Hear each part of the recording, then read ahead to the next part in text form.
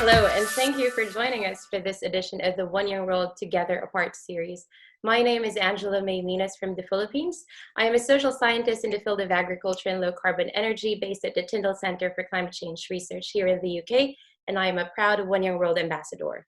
It is my pleasure to be speaking with longtime One Young World Counselor Ron Garan, who is an astronaut, fighter pilot, test pilot, and humanitarian. He has an immense wealth of experience both in outer space and on planet Earth, and in leading teams and critical decision making. And he is here to answer your questions and how to navigate times of crisis. Thank you, Ron, for joining. This is You're exciting. welcome, Angela. Yeah, I'm looking forward to it. Hey, everybody. It's been a long time since I've seen everybody at One Young World, so it's great to be here virtually. It's good to have you back. Before we begin, tell us where you are, and of course, everyone is transitioning. But if you would be, it would be good if you share with us how COVID has affected your daily life. Yeah, so I'm in Tucson, Arizona right now, and as of today, actually, we're on statewide orders to shelter in place. Everybody needs to stay at home. All non-essential businesses have been closed down. It's not that big of a change because we've kind of been doing that voluntarily for the last couple of weeks. But things are in the U.S. are starting to really ramp up with COVID-19, and this is a really interesting time. It's an interesting time because I think for the first time in my life, and I'm pretty old.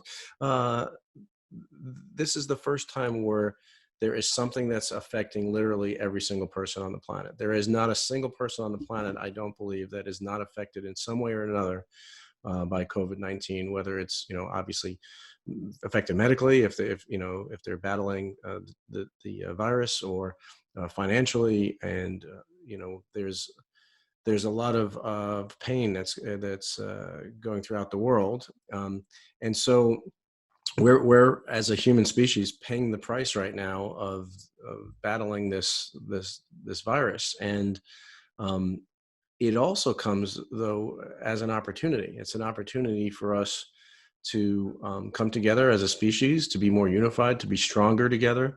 And, we're going to pay the price one way or the other. We might as well get a benefit out of it. And so I see a lot of things around the US and around the world that are indicating that we're doing just that we're coming together, and that we're treating this as an opportunity to come out the other side stronger and more unified. That's good. I have a number of questions coming from youth leaders all over the world just around that and your experiences, and I'm sure everyone's keen to hear your answers. So shall we start now? Yeah? Why Our first not? Why not? question, it comes from Brazil, from Carlotta.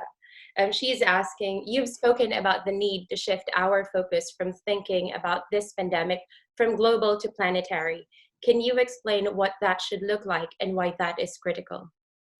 Yeah, I think if we treat this crisis from a global perspective, we're not going to be able to solve it. And that's because we don't live on a globe, we live on a planet. And global is our financial networks, our computer networks. Global treats everybody as a number. It treats everybody as a part of a workforce or a consumer group. And it treats everything, including the life support systems of our planet, as the wholly owned subsidiary of the global economy. But in reality, it's completely the opposite. Our society, or our economy, is dependent on our society, and our society is embedded in and dependent on the biosphere that we call Earth. And so if we deal with this crisis, deal with this problem from a planetary point of view, which treats every person as a valued member of a profoundly interdependent living system, not only every person, but every living thing on the planet, and it treats the biosphere as part of the equation. And it realizes that things like viruses don't need passports, and you just can't, take an isolationist policy and raise the drawbridge and think that you're going to, protect citizens of a particular country by doing that. And so planetary means, to attack this planetary means that we really come together as one human species, as one human family, and realize that what happens to one of us happens to all of us. And until we've really eradicated this throughout the world, we're not done. Our work is not done. That's interesting. And related to that, we have a question coming from South Africa, from Cynthia, and she's asking, as a NASA astronaut and having seen the Earth from space, how do you view this lack of coordination between governments and their responses, given that we are all in this together on one planet? Yeah, I think all politicians, all national leaders feel that their number one responsibility is to further the national interests of their particular countries. And I don't think there's anything wrong with that, but I think that those national interests need to be pursued in the context of the rest of the world. That in the long run, all national interests are served by becoming a part of a network of nation states that together is moving all of humanity forward. And I think where we get into trouble is when politicians forget that part of the equation. And part of the reason I think they forget that part of the equation is because they think very short term. They're thinking of the next shareholder report, the next election cycle. They're not thinking multi-generational. But when you think multi-generational, a lot of things become clear, and a lot of the things that we are presently doing look ridiculous because it's hurting us in the long run. The very programs and the very decisions that we're making that are supposed to be helping us, even helping us on a national level, not a planetary level, even those things really change the way they come across and their effectiveness when you look at things over the long term. So I think the first thing is to realize that we're in this for the long run, that our decisions have to take in the best data possible, and that is across the entire planet. It's not just the best data in the US or the best data in South Africa. It's the best data for the world. And to do that and look at that over a very, very long time frame, that's when things become clear, and the path that we need to steer ourselves on becomes clear as well. I couldn't agree more. Our next question is taking it from a different perspective, and it's coming also from the other side of the planet in Australia, from Kate. And she is asking, as an Australian, we have begun 2020 with devastating bushfire, followed by floods, massive hail damage, and now managing the coronavirus response. As a young leader, it can be difficult not to feel mentally exhausted from the continual challenges coming at us. What is the best way that we can continue to face these challenges head on as leaders with renewed energy, whilst also ensuring the continued well-being and resilience of the teams that we lead? Yeah, that's a great question. It's a really important question. Yeah, I mean, Australia has been hit really hard since the beginning of 2020, and I think all of that, including COVID-19, is a wake-up call for us as a human species. It's a wake-up call, and it's a call to action. This, again, COVID-19, we're paying a price. We might as well get a benefit for the price that we're already paying. And part of the benefit that we can get from it is to be better able to deal with other crises that come down in the future, because this COVID-19 is not the last thing that we're going to have to face together as a human species. And what I think is really important is, again, thinking about things over the long term. Now, we can sprint for a short amount of time, but what we have in front of us is a marathon, and you can't just go full out in a marathon. You have to pace yourself, right? And you have to take care of yourself. And in the space business, we have something called expeditionary behavior.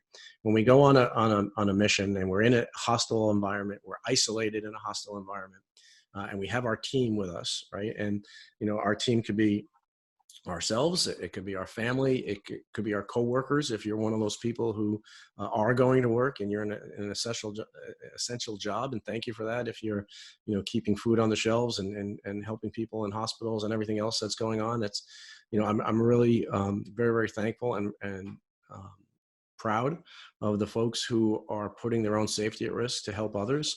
But whoever your team is, you don't help that team if you yourself are sick, if you yourself are not able to effectively and to your best ability perform. And so in expeditionary behavior, the first thing you need to do is to make sure that you take care of yourself, that you are staying healthy, that you're avoiding unnecessary contact, that you're getting enough rest, you're getting enough downtime. You are looking after those critical needs. and not just your physical needs, but your mental, your psychological needs too. You're taking time to relax. You're taking time to be with friends and loved ones, virtually right now. And then once you have that, then you could start really taking care of your teammates and watching their backs, making sure that everybody's okay. Look for those telltale signs that people are under stress or starting to buckle under the stress, and to really help each other. So once you have your own safety and survival insured, and you have the safety and survival of your team insured, then you could really start focusing on the specific mission that you or your team has tasked to do. And again, we have to look at this thing in the long term. We can't sprint forever. We have to put processes in place. We need to put breaks in place. We need to put self-care things in place so that we can be in it for the long run. Again, because we're not doing anybody any good if we burn ourselves out or we get ourselves sick. That's really useful, and I believe that expeditionary perspective on all these things could be useful in many cases as well.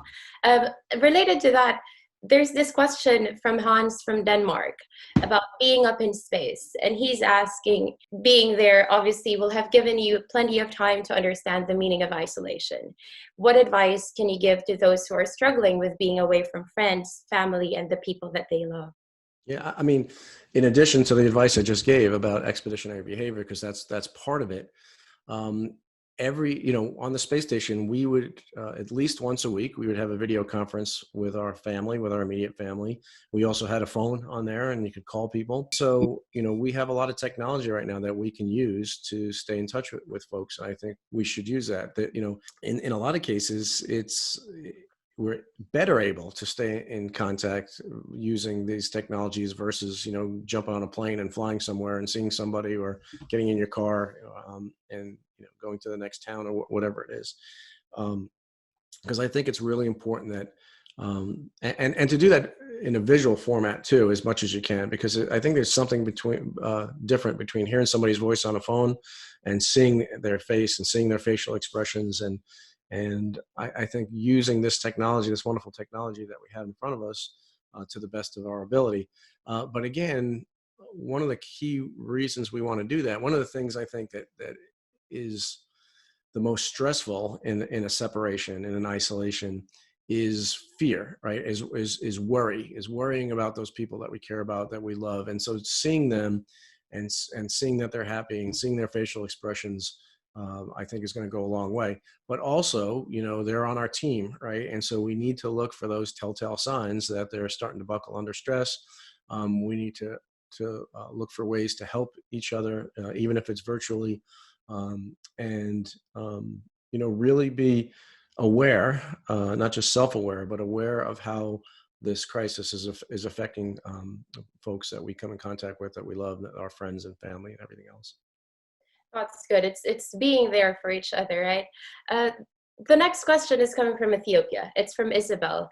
She's asking, as a social entrepreneur yourself, what advice would you give to those who are struggling to keep their work up and running?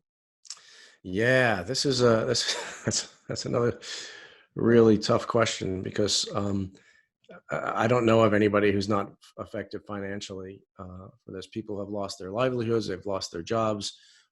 Businesses have failed and are gonna fail.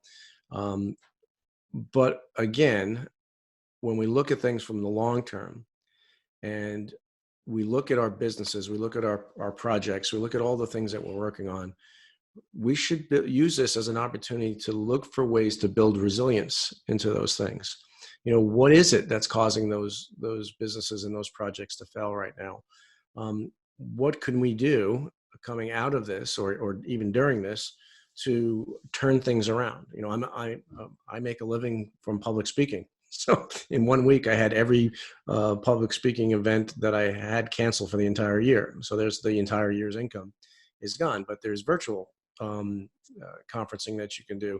So I'm trying to pivot into that, if you will. And that's just one example of many different ways that we can try and imagine what the world, and business in particular, is going to look like on the other side of that. And, we should really be taking the mindset that business exists first and foremost to serve the needs of civilization.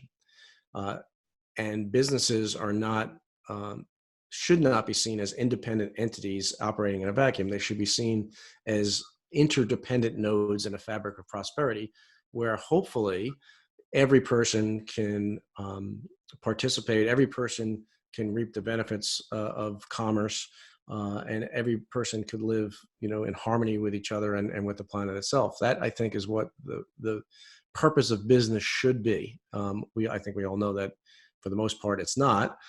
There are many, many wonderful businesses that do take that mindset, but I think what should come out of this crisis is a doubling down on the use of business to serve the needs of society, and not using society to serve the needs of business, because unfortunately for throughout most of the world, that equation is completely upside down. It's completely backwards. And I think that we're going to have to get creative. We're going to have to use our ingenuity. We're going to have to be patient, and we're going to have to use this crisis to, again, bring us out on the other side stronger than ever, with these resiliencies built into it. It's making itself very obvious what needs to be done moving forward, and so we just need to have the courage to step outside of our comfort zones and make the changes that are necessary to make sure then when the next crisis comes, we'll be better prepared for it. That's good. Building resilience and preparing for whatever comes next and coming out successfully. Thank you, Ron. The next question is from Christian in Ukraine. He's asking, what questions can we learn from this pandemic that can be applied to the fight against climate change? Yeah. Well, first of all, I think this is I don't mean to. This is a horrible, horrible crisis. People are suffering. People are losing their battle against this, and are unfortunately dying. So this is a horrible, horrible thing. But it also allows us some preparation for what could come down in the future from global warming. We've got, I think at last count, I think there was almost 1 million people, I think, that are affected with, I think it's like 800,000 or something today, that have been infected by COVID-19. But imagine 800 million climate refugees, and what strain that will put on the world and on individual nations that are having to deal with that. And so this, like I said, is the first obvious thing that the whole world is facing together. So maybe I misspoke before, or because we are all facing climate change together. And I prefer to call it global warming, because climate's change, but the issue is that the temperature on the planet is increasing. And actually, I wouldn't even like to call it global warming. I'd like to call it planetary warming, because that's more accurate. But the thing is that COVID-19, it's obvious that we're all facing this. It's undeniable. Unfortunately, there's some people on the planet that don't see the same threat from global warming. So I think it is a wake-up call for us to not only have better epidemiology and better ways to, as a human family, as a planetary community, to deal with outbreaks of virus and pandemics and things like that. We also need to come together as one human family to deal with the threat of planetary warming. And just like viruses don't need passports, need to do carbon molecules. And what happens on one side of the planet affects everything else. It is so obvious from space, and it's sometimes not so obvious here on the ground level. So I think one of the things that COVID-19 has done is it's provided us a perspective that we are truly all in this together. That is not a cliche. That is the reality of the world that we live in, that you can't attack problems in a vacuum. You can't problem solve in a vacuum. The way that we're going to overcome the challenges and the problems facing our planetary community is by coming together as a planetary community. There is no other path. We have no other choice. We have to collaborate to survive. We have to collaborate to thrive. And the lessons that we're learning very, very painfully in COVID-19, hopefully, will be carried into our fight against mitigating the effects of planetary warming and turning that around. Thank you, Ron. We're just out of time now, but if you could leave the One Young World community with any final peace of mind, what would it be? That we're going to get through this, that we have gotten many wake-up calls. We've been hitting the snooze button on those wake-up calls, and unfortunately this one is hurting, and it's going to continue to hurt, and I think it's hurting, and it's going to continue to hurt because it doesn't want us to hit the snooze button. The earth is talking to us, our planet is talking to us, and it's telling us that we need to come together as a human family. We have to answer our call to unity that we as a species are called to. And we are going to get through this. We are going to get through it and come out the other side stronger, more unified than ever.